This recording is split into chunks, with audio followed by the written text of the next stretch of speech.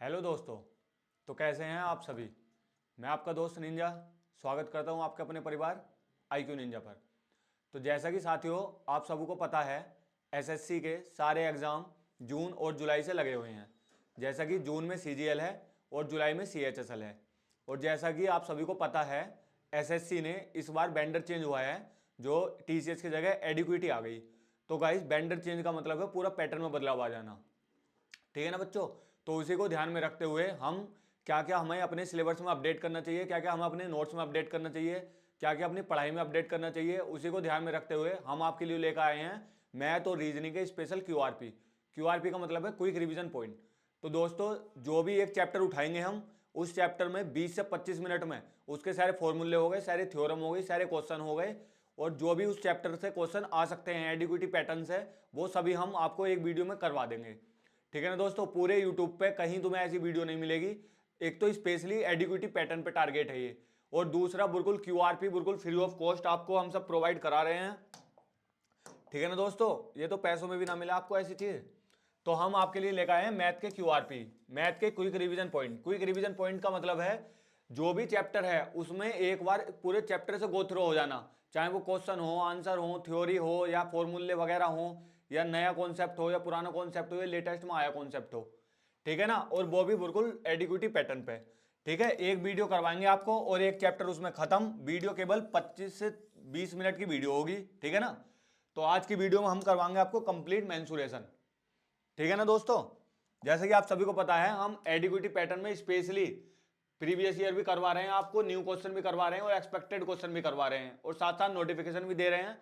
तो इसी वीडियो को आगे बढ़ाते हुए हम आपके लिए लेकर आए हैं एक नई सीरीज, क्यूआरपी सीरीज, ठीक है ना दोस्तों। तो आज हम आपको करवाएंगे कंप्लीट मेंसुरेशन। मेंसुरेशन में भी 2D 3D दोनों होते हैं। हम आपको करवाएंगे 2D क्यूआरपी क्विक रिवीजन पॉइंट्स। ये क्विक रिवीजन पॉइंट वो पॉइंट्स हैं जो आपको एक बार रिवीजन कर ही लेने चाहिए। अगर आपने पढ़ भी रखा है तो भी एक बार रिवीजन कर लो, क्योंकि दोस्तों 20 से 25 मिनट की वीडियो है यो। 2x पे कर लो, ऐसे करके देख लो, एक बार सारे फॉर्मूले रिवीजन हो जाएंगे, सारे कॉन्सेप्ट रिवीजन हो जाएंगे, ठीक है ना दोस्तों। तो हमें बताना कैसी लगी हमें ये शुरुआत। हम आपके लिए जितना बेहतर से बेहतर कर सकते हैं उस वो करने की कोशिश करते हैं। तो एडिक्विटी पैटर्न पे यूट्यूब पे पहली क्यूआरपी होगी आपकी, ठीक है ना दोस्तों। तो आ जाओ अब हम शुरू करते हैं आपके लिए पहला 2D। आज हम 2D कवर करेंगे। देखो सबसे पहले हम बेसिक पे लेके चलते हैं 1D 2D और 3D फिगर। आखिर ये होती क्या है 1D 2D और 3D फिगर। वैसे तो दोस्तों 0D फिगर भी होती है। 0D फिगर मतलब D होता है डायमेंशन, ठीक है ना, जिसकी कोई डायमेंशन ना हो, मतलब ये पॉइंट है, पॉइंट की तो ना लेंथ है, ना ब्रेथ है, ना हाइट है। तो पॉइंट कैसा हो गया, पॉइंट हो गया 0D फिगर, ठीक है ना। 1D फिगर कौन सी होगी, जिसमें केवल लेंथ हो या केवल ब्रेथ हो, जिसमें एक डायमेंशन हो, वो होगी 1D फिगर। एक डायमेंशन मतलब केवल लेंथ या केवल ब्रेथ, ठीक है ना। 2 डायमेंशन फिगर कौन सी होगी, 2 डायमेंशन फिगर होगी जिसमें लेंथ और ब्रेथ दोनों हो, ठीक है ना दोस्तों। और 3 डायमेंशन फिगर होगी जिसमें लेंथ, ब्रेथ और हाइट तीनों चीज हो, ठीक है ना। जैसे ये लाइन है, ये लाइन एग्जाम्पल है 1D फिगर का, पॉइंट एग्जाम्पल है 0D फिगर का, और ये स्क्वायर, रेक्टेंगल, ये सब एग्जाम्पल है 2D फिगर का, और क्यूब, क्यूबॉइड, ये सब एग्जाम्पल है 3D फिगर का। तो पहले हमें ये बात तो हमारे दिमाग में क्लियर हो गई होगी कि ये 1D 2D और 3D फिगर होती क्या है, ठीक है ना। अब आ जाओ आगे चलते हैं हम। अब आगे चलते हैं, हमें 2D में हमें सबसे पहले देखना होता है पैरामीटर और एरिया, जबकि 3D में एक चीज और ऐड हो जाती है इसमें, पैरामीटर, एरिया एंड वॉल्यूम, ठीक है ना बच्चों। तो पैरामीटर और एरिया में क्या फर्क होता है ये आप सभी को पता होगा, जो 26 वाले पेपर देने की तैयारी कर रहे हैं, 26 में इनके पेपर हैं। फिर भी एक बार मैं आपको रिवीजन करवा दूं, क्योंकि रिवीजन इज मस्ट, रिवीजन बहुत जरूरी है भाई। तो क्यूआरपी लाने का यही उद्देश्य है कि आपका रिवीजन को बूस्ट किया जाए, ठीक है ना। और अगर मैं अपने बारे में बताऊं तो गाइज मैं पहले से 15 पेपर निकाल चुका हूं, 15 पेपर क्वालिफाइड हूं, एसएससी सीजीएल से लेकर एसएससी जीडी तक, ठीक है ना। State exam, UP police, Haryana police, सब। वैसे भी जो आपके काम की चीज मिल रही है वो कहीं से भी मिले वो ले और अपने अपनी जो है तैयारी उसे बूस्ट करो, ना कि फालतू का दिमाग लगाओ इधर उधर, ठीक है ना बच्चों। तो हम बात करेंगे पैरामीटर। पैरामीटर क्या होता है, देखो गाइस, पैरामीटर और एरिया में केवल इतना फर्क है, जैसे मान लो एक बाउंड्री है, जैसे कोई ग्राउंड है, अगर कोई ग्राउंड के चारों तरफ दीवार है, अगर हम उस दीवार के लेंथ कैलकुलेट करें तो वो कहलाएगा हमारा पैरामीटर। लेकिन उन दीवार के अंदर का जो एरिया है अगर हम वो भी कैलकुलेट करें तो वो कहलाएगा एरिया, ठीक है ना, उसने दीवालों ने जो एरिया अंदर घेर रखा होगा ना, वो देखो मैं लिख के भी लाया हूं, ये total length of the boundary of the shape, इसका पैरामीटर। जैसे मान लो हम इसे प्लस इसे प्लस इसे प्लस इसे प्लस इसे प्लस इसे करें, parameter equal to sum of all side A plus B plus C plus D plus E, और इसकी यूनिट होती है सेंटीमीटर। ठीक है ना बच्चा।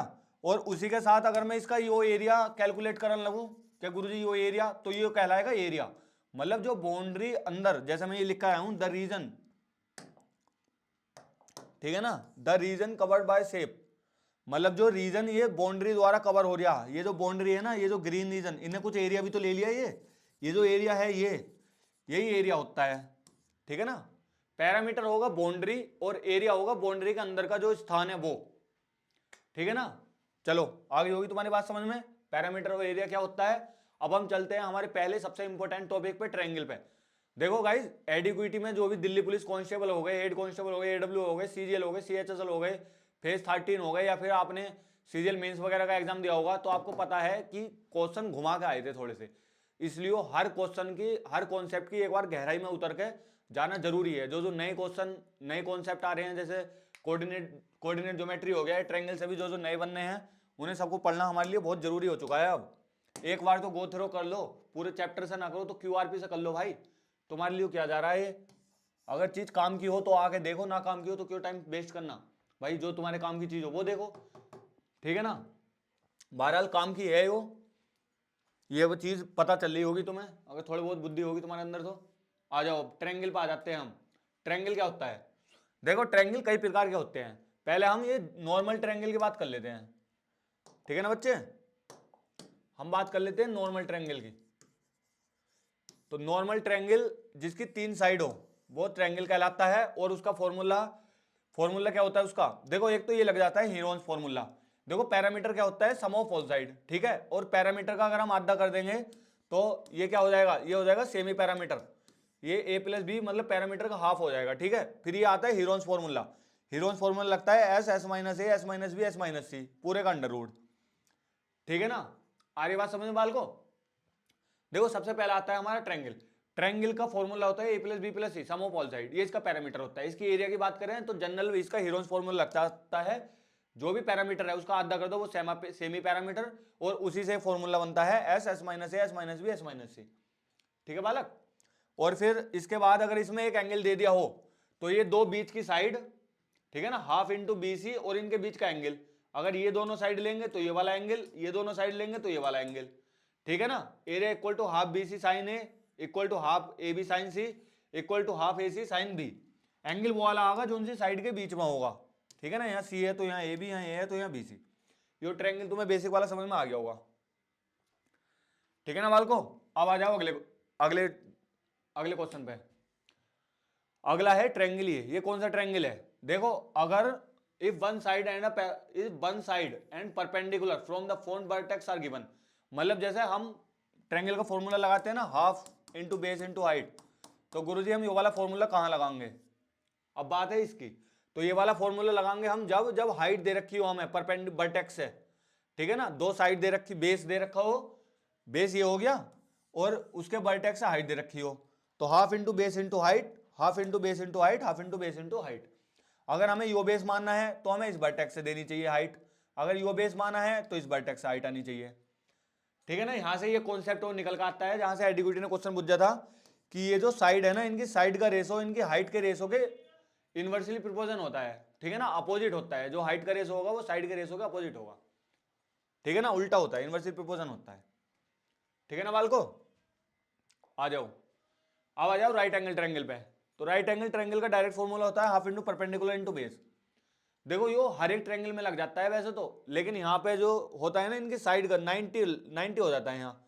जैसे हाफ इंटू ए बी साइन सी था ना वो, तो उसी से बनाया वैसे ये formula, half into base into height. ये है आइसोस्केलर ट्रायंगल। आइसोस्केलर ट्रायंगल का एरिया बैठेगा h²/4।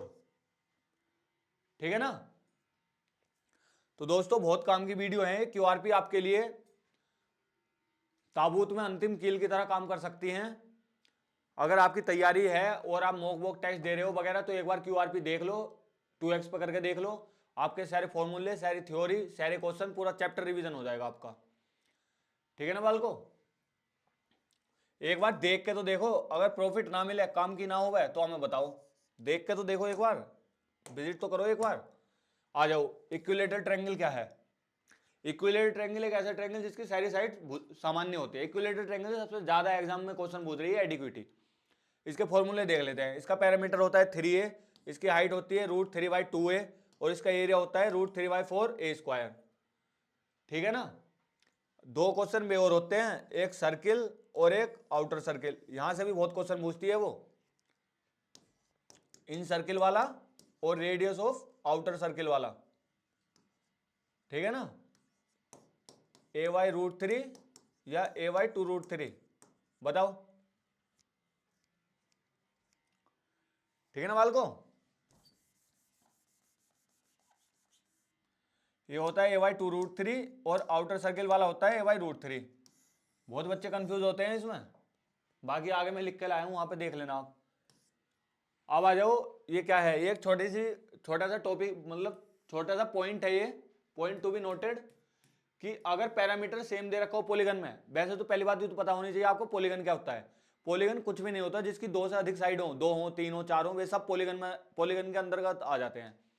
जैसे दोस्तों स्क्वायर और ये सब क्वाड्रिलेटरल के अंतर्गत आ जाते हैं। क्वाड्रिलेटरल मतलब क्वाड, क्वाड मतलब चार साइड। जैसे स्क्वायर क्वाड्रिलेटरल के अंतर्गत आ जाता है, उसी प्रकार क्वाड्रिलेटरल जो है वो पॉलीगन के अंतर्गत आ जाता है।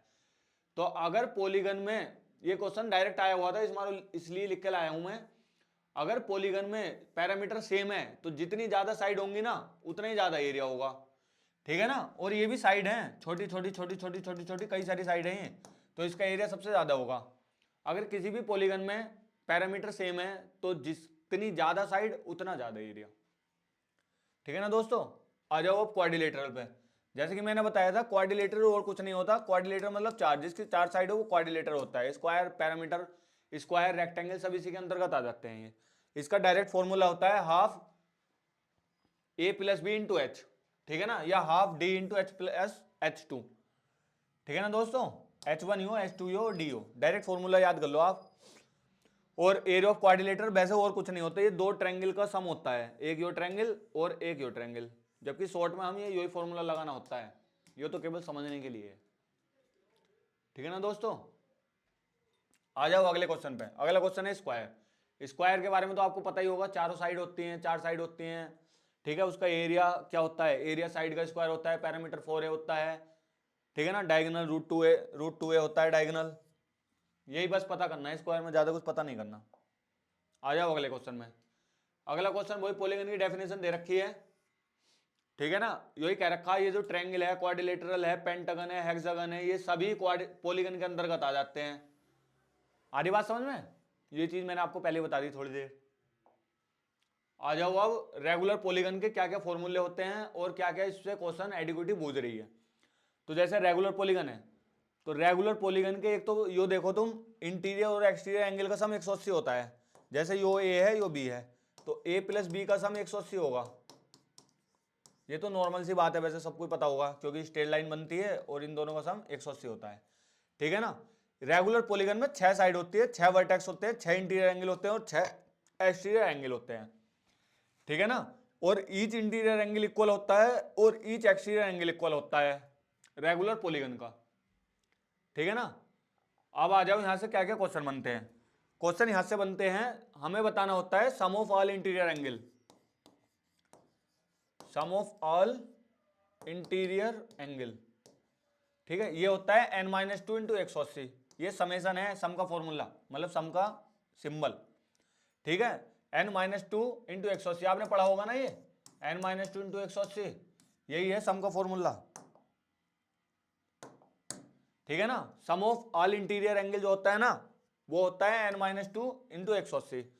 जबकि ईच इंटीरियर एंगल निकालने के लिए हमें इसे n से और भाग कर देते हैं, तो हमारा हर एक अंदर का एंगल निकल जाता है, इंटीरियर एंगल। और जबकि सारे एक्सटीरियर एंगल का सम जो होता है ना, वो 360 होता है। और ईच एक्सटीरियर एंगल निकालने के लिए हम इसकी भी साइड से मल्टीप्लाई कर देंगे, 360/n। ठीक है ना दोस्तों। अब आ जाओ अगले क्वेश्चन पे, अगले कॉन्सेप्ट में। अगला कॉन्सेप्ट है रेगुलर हेक्सागन। रेगुलर हेक्सागन और कुछ नहीं होता, इक्विलेटरल ट्रायंगल से मिलकर बना होता है। एक इक्विलेटरल ट्रायंगल ये रहा, 6 इक्विलेटरल ट्रायंगल से मिलकर बना होता है ये। 3 ये रहे और 3 ये रहे, ठीक है ना। इसका फॉर्मूला डायरेक्ट होता है, जो इक्विलेटरल ट्रायंगल का फॉर्मूला होता है √3/4 a स्क्वायर, और उसकी 6 से गुणा हो जाती है, और इसका पैरामीटर होता है 6 a। आ रहा है बाल को समझ में? जल्दी जल्दी बताओ मुझे भाई। QRP तुम्हें कहीं नहीं मिलेंगे, तुम्हारे लिए स्पेशली डिजाइन किए गए हैं, ये बहुत काम की चीज है भाई, बहुत काम की चीज है। एक बार देखो, यूज करो इनका, फिर हमें बताओ काम की चीज है या नहीं है। सभी समझदार हो तुम, SSC वाले बालक तो सारे समझदार होते हैं, उन्हें पता क्या काम की चीज है क्या काम की चीज नहीं है। और उससे भी ज्यादा बड़ी चीज वो है, जो भी तुम्हारे काम की चीज है ना, वो तुम्हें जहां से मिल रही है ले लो। क्यों भाई, हम पे विश्वास मत करो, अपने आप पे तो विश्वास करो कि हाँ जी ये काम की चीज है, ये हमें यहाँ से ले लेनी चाहिए।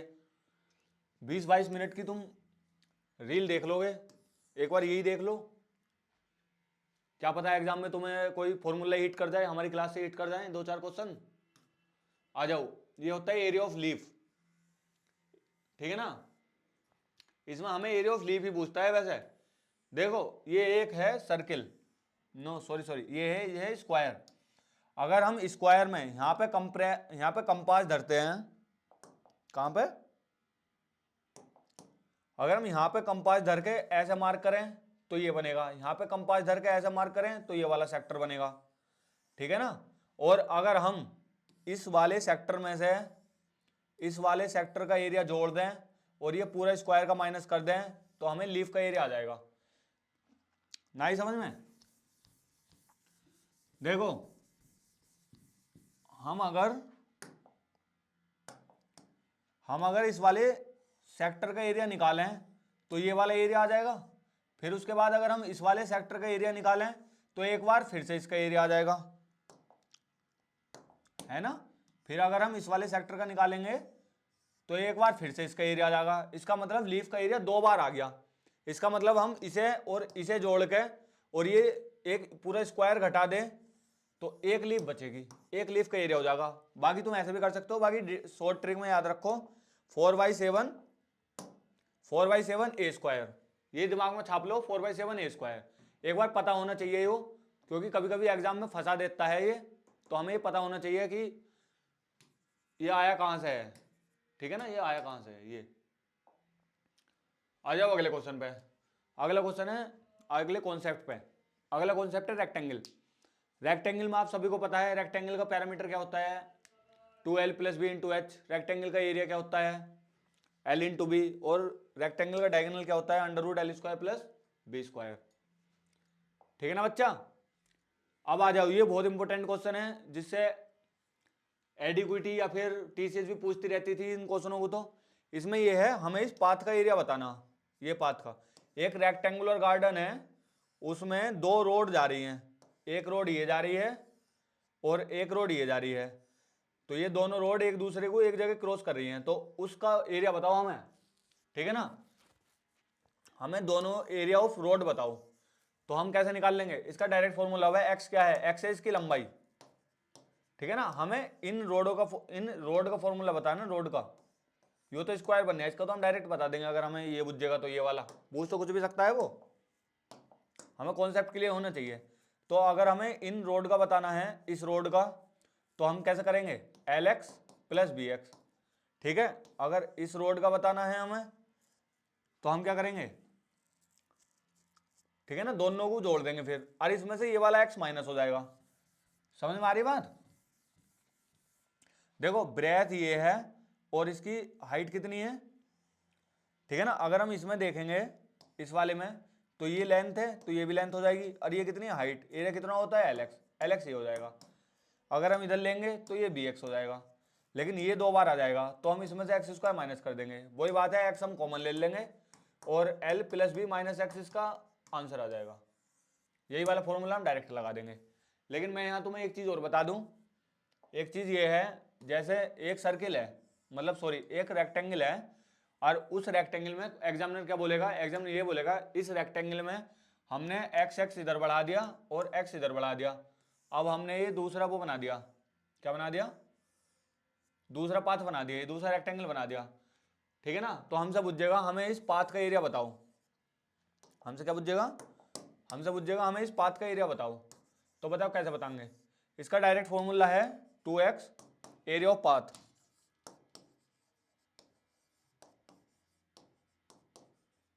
ठीक है ना। एरिया ऑफ पाथ क्या होता है, 2xl प्लस बी।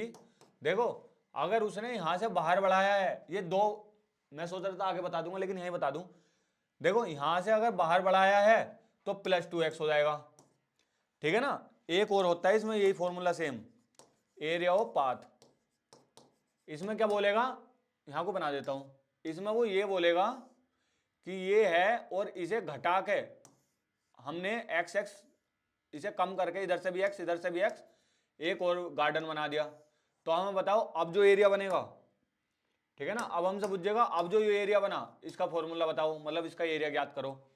तो इसका एरिया डायरेक्ट हो जाएगा, अगर हमें अंदर से कम कर दिया है तो यहाँ माइनस कर देंगे केवल, बाकी फॉर्मूला सेम रहेगा। ये तुमने पढ़ भी रखे होंगे, एक बार रिवीजन कर लो। यही उद्देश्य है हमारा, आपका रिवीजन कराना ही हमारा उद्देश्य है। आगे बात समझ में बच्चा, नोट कर लो।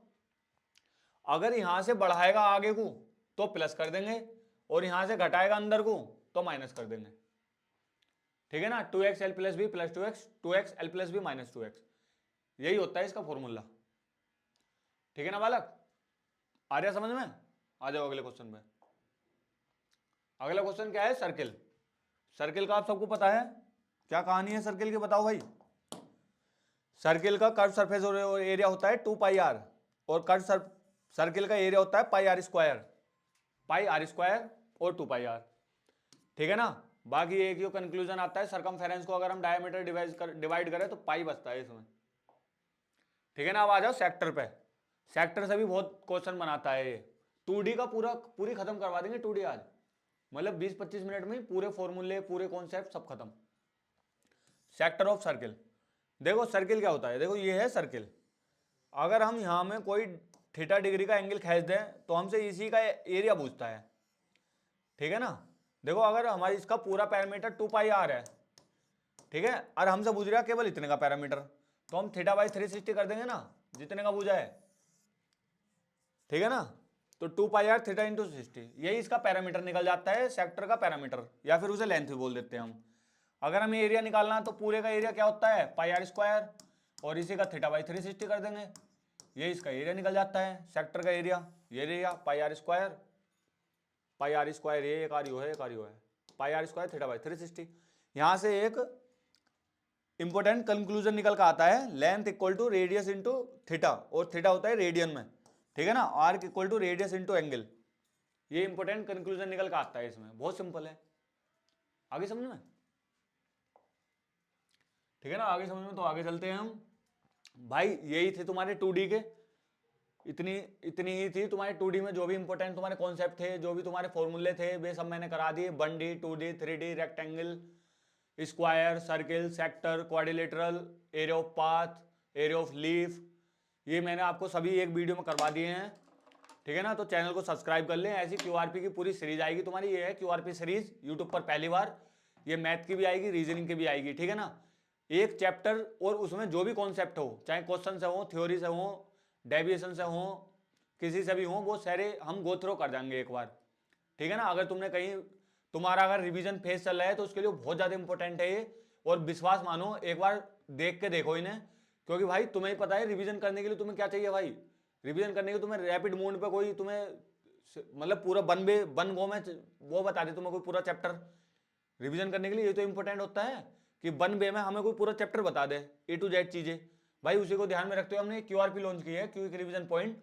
हम एक चैप्टर एक वीडियो में 20-25 मिनट में खत्म, वन वे में आपको सारी चीजें बता देंगे। इससे बढ़िया और क्या चीज हो सकता है रिवीजन वाले बालकों के लिए, वो भी बिल्कुल एडिक्यूटिव पैटर्न, ठीक है ना दोस्तों। तो चैनल को सब्सक्राइब कर ले और बेल आइकन का बटन दबा ले, ठीक है ना। तो चलता हूं, आज की वीडियो में इतना ही। हमें अपना फीडबैक जरूर दे, कमेंट बॉक्स में बताएं कैसी लग रही है आपको हमारी ये सीरीज। देखो दोस्तों, मेहनत तो आप ही के लिए चल रही है, आप ही को काम आएंगी ये। बाकी अगर आपको, आप सारी बात छोड़ो यार, अगर आपके काम की चीज मिल रही है कहीं पे तो उसे लो और अपना काम बनाओ, डेट्स ऑल, ठीक है ना। और साथ में सब्सक्राइब और कर लो, बस इतना कर दो हमारे लिए। चलता हूँ, आज की वीडियो में इतना ही। जय हिंद, जय भारत।